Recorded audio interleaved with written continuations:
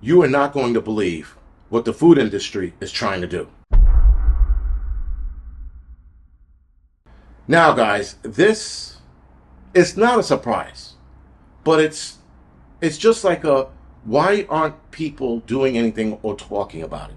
Now, they are trying to actively put arm tickets in food, and they're trying to figure out a way how the arm ticket could survive the cooking process of whatever meat or vegetable you're going to cook to eat, right? And a lot of people, like, they're putting the COVID, arm ticket. I said they're not. They can't, because it won't survive the cooking process.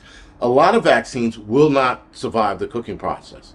That being said, they are now trying to put, GLP-1 blockers in food to get people who are taking Ozempic and Ozempic type medications to start eating more.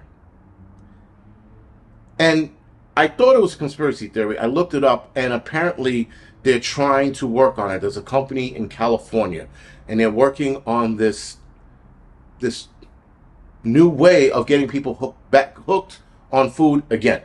Because apparently people who take Ozempic and Ozempic type drugs, they are less likely to do a lot of shit, apparently, according to all these studies that are coming out now. They're less likely to gamble. They're less likely to, eat junk food or ultra-processed foods. They're less likely to just eat, bigger meals. They don't go to McDonald's. They don't do a lot of spontaneous shit anymore because they're sort of like boring people now. And that's what I got out of the article that was talking about it. So I was like, all right, that makes a little sense. But now the food industry is like, oh my God, we're losing so much money. The junk food industry is losing so much money. What are we going to do? They want to put GLP-1 blockers in food to block the Ozempic, to fight that off. And I'm like, how's that going to... The first thing my brain went to was, well, how's that going to taste? Because that's going to change some kind of composition in the food and make it taste different. Not that that's a big to do. We should be more focused, or I should be more focused on the fact that they're poisoning the food yet again. And we sit idly by and let it happen. In other countries, the shit is not allowed. But here in the United States, we allow it. We should stop buying junk food for 1 week. Just 1 week. Just to show them we want natural shit in the food. We want natural ingredients in the food. And they'll go, okay, we can't do this anymore. Let's get back to... Because listen, a bag of chips. I went to the supermarket the other day. A bag of chips, like, the bigger one, $6.49. Now, I don't know if that's because it's the neighborhood I'm in, the ghetto. And in the ghetto, they up-price everything because the government is paying for a large percentage of it. And they figure that the working class people can afford it anyway. So they upmark everything. And a regular, this size bag of chip is $6. Never in my life. So now, if they go to natural ingredients, are they going to find another reason to jack that price up again? They probably will. And it shouldn't cost that much, and there's no way it should cost that much. But again, that's another conversation for a different day. The fact, guys, that they are actively looking to get people hooked on their food is almost like what drug dealers do. It's the same industry. They're getting people sick, they get people hooked on their shit, and then people wind up dying from their shit.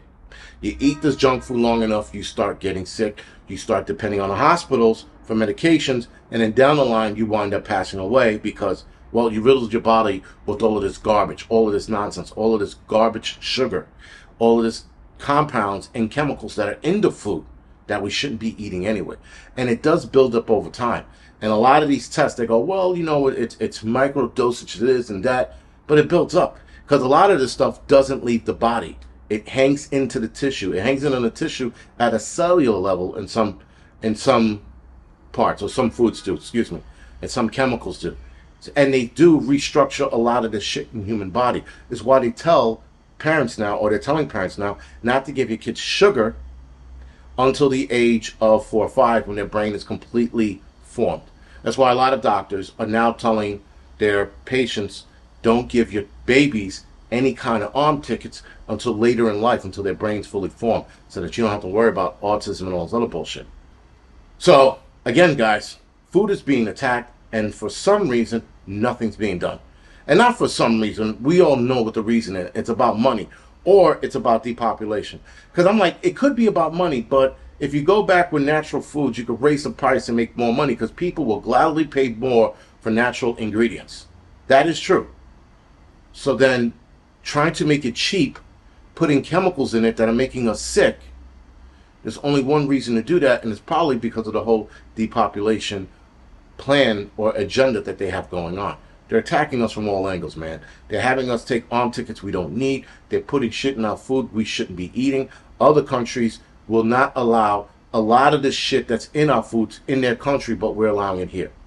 All we have to do, guys, is make a simple boycott and tell these people we do not want this garbage in our food. And they'll change it because they don't want to lose that money. But they'll also hike the price up as well. And they'll go, well, we'll have to hike the price up. I'd rather eat natural shit and pay a little more than pay cheap shit, get chemicals and cheap ingredients in my food, and get sick. Now, a lot of this shit I don't eat anymore anyway, so it doesn't matter. But kids love this shit, and parents are still feeding their kids this shit. So it only makes sense for us to change the ingredients or force the companies to change their ingredients. It's the only way of going about it.